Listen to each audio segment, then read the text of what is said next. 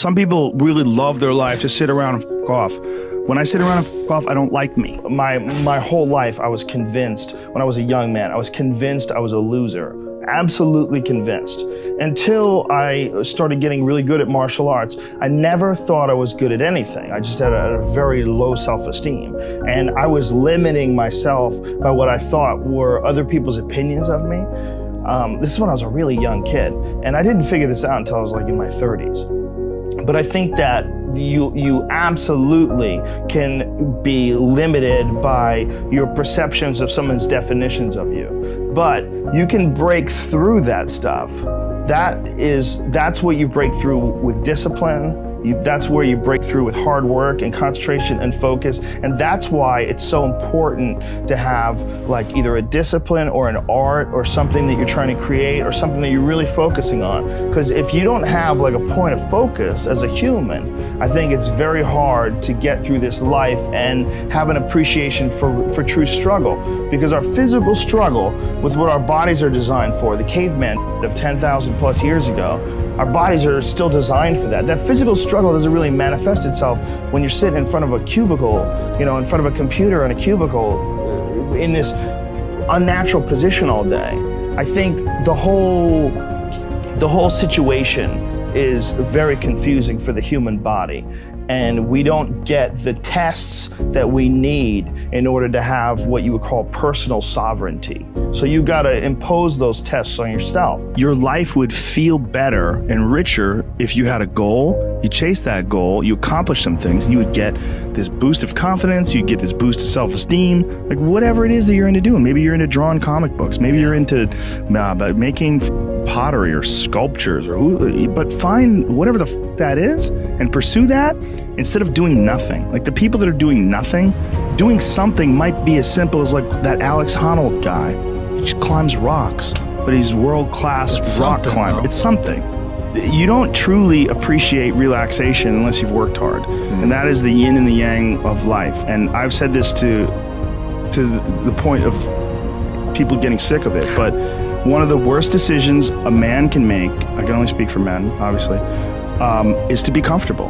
I don't think you should try to be comfortable. I think what you should try to do is try to earn comfort. And if you can get a day off where you've worked hard and you've accomplished goals, that day off will be so sweet. When I work hard and I sit in front of the TV, I enjoy the shit out of it. I put my feet up, I have a nice drink, I enjoy my free time. I'm more of a workaholic than I should be, probably. If the balance was, I probably should relax more than I do, but I never feel like I earned it. But that's part of the reason why when I do feel like I earned it, I can enjoy it. It's because I am more connected to the idea that I need to accomplish things and it's not like for anybody else's benefit other than my own or anybody else's approval other than my own. When I have a task, whether it's today I'm going to write 1,000 words, or 2,000 or whatever the number is. If I don't do that, I write things down. Like I'll write down a list of things that get accomplished that day. And if I don't accomplish that, I'll get sick. Like it'll drive me crazy. If I can't fill out that list, that drives me nuts, but that's what led me to be a championship level martial artist. That's what led me to achieve it's the reinforcement of those goals, like understanding that you can achieve those goals. It's going to be difficult. You're going to push through the difficulty, and then you're going to understand what difficulty truly is and how much of it is just mental, how much of it is just in your mind, this adversity to difficult task or to struggle. And a lot of people have that. They're scared. They're scared of complications. They're scared of failure. Failure is a big one that people are afraid of, but failure is one of the most important things you could ever have as far as like the motivation to do things differently. One of the reasons why I think that I'm good at friendships and relationships is because I've failed at them in the past. One of the things that I'm good at comedy is because I bombed on stage. One of the reasons why I'm good at work is because I've been a shitty worker in the past. And I know the feeling of failure, the feeling of shame, of being like a weak, non-motivated, lazy person. It's a weak feeling. You don't respect yourself. And I have this phrase that I use all the time to people to try to motivate people. I say that be the hero in your own movie. Pretend that if your life was a movie and your life started now, what would the hero do? What would the person that you respect do? What would the person that you admire, person that inspires you, what would they do? Well, do that.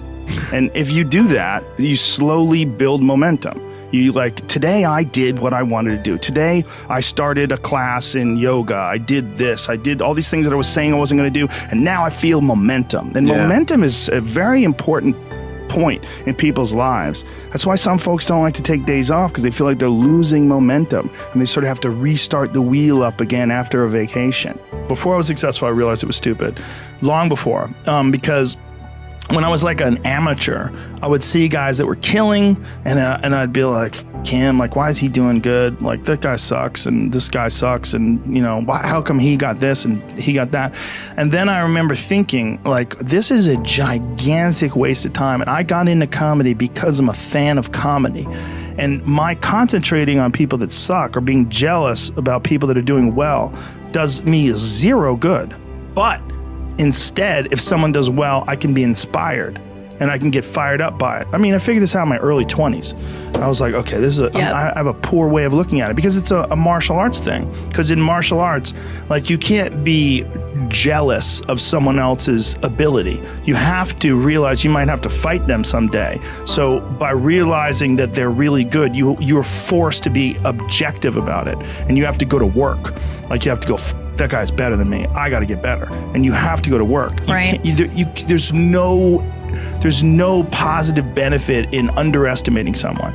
The one thing that discipline definitely does help you with is it helps you get things done. And when you get things done, when you actually do things, you have more success. If you have more success, and sometimes a big part of success is just not being lazy and just doing it. Yeah. That's like 90% of it is just showing up. Get there and start working. Like, you're not going to feel perfect every day. If I only worked out when I felt good, I'd be a fat because there's a lot of days I don't want to do it. It's pretty much the same with everybody that actually gets good at something. There's got to be those days you push through, and they're probably going to be more numerous than the days you don't. And so the benefit of discipline in my eyes has always been that through discipline I get things done. I always say that I'm like the most lazy, disciplined person I know, because I don't want to do it. Yeah. But I always do. A bunch of people that will say, yeah, well, I have a family, so, it's a great idea for you to just go out there and go crazy. I have people to support. You need to listen. Stop saying that. Stop saying any of those things. Every single person who has ever done anything worthwhile or exceptional or difficult or extraordinary, anyone, whether it's great artists or authors or mathematicians or whatever it is, everyone encounters difficulties. There is no easy road. It does not exist. It is impossible. Everyone has issues. If you have time to pursue a hobby, if you have time to do anything in your life, you can better yourself. And here's one way you never better yourself. When you come up with excuses for why other people are successful and you're not, that is dangerous. When you give yourself an escape, yeah, well, that's easy for you to say, you do this, you do, and trust me, everybody has a hard road. I wanted to jump out a window several times during my young life. I wanted to jump in front of a train, just ended because it's too much pressure. Not really, but you know what I'm saying, theoretically. We all go through hard times. We all go through depression. We all go through doubt and moments in your life where it's really difficult and you're trying to figure out what your path is going to be. It's hard as shit. But Stefan and I were talking about this before the podcast starts, that is what makes you a person. And those difficult moments are what build your character.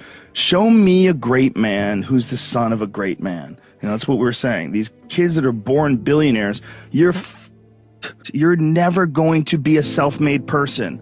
You have a backup trust for your backup trust for your trust, and you're man. The most important thing is always for all people to recognize that you're not who you were a year ago. You're not who you were 5 years ago. You're not who you were last week.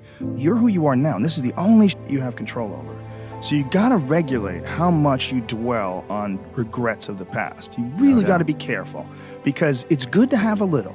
because my regrets, whether it's things of professional nature or the very few regrets friendship-wise, which is one thing that makes me very happy. But you know, there's life is strange. There's a lot going on. There's a lot of factors happening in life. But for sure, who I am now wouldn't have ever happened if I didn't fuck up. If I didn't make those mistakes, I wouldn't have understand the importance of friendship and kindness. And if I hadn't been cruel at some point in my life, or someone hadn't been cruel to me, I wouldn't understand the beauty of love. I wouldn't understand the full range of it because I hadn't felt the sting. If nobody ever punches you in the face, you don't really appreciate safety.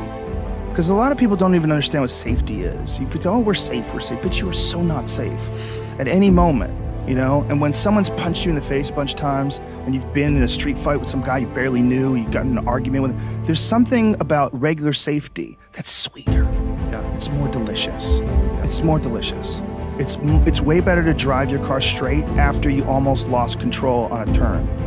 Like, and then you get back straight, you're like, whoa. Sure.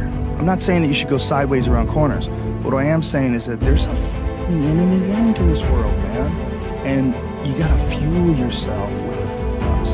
And most people get stuck in these patterns because they define themselves as a fuck, or they define themselves as a person who doesn't follow through on their ideas, or a person who doesn't pursue their real interests and loves. You define yourself by that. Well, you know, I guess when I start things and I quit. No, you don't. No, you have started things and you quit. And it gives you a horrible sense of regret that's made you define yourself by that. You don't have to do that. You don't have to do that.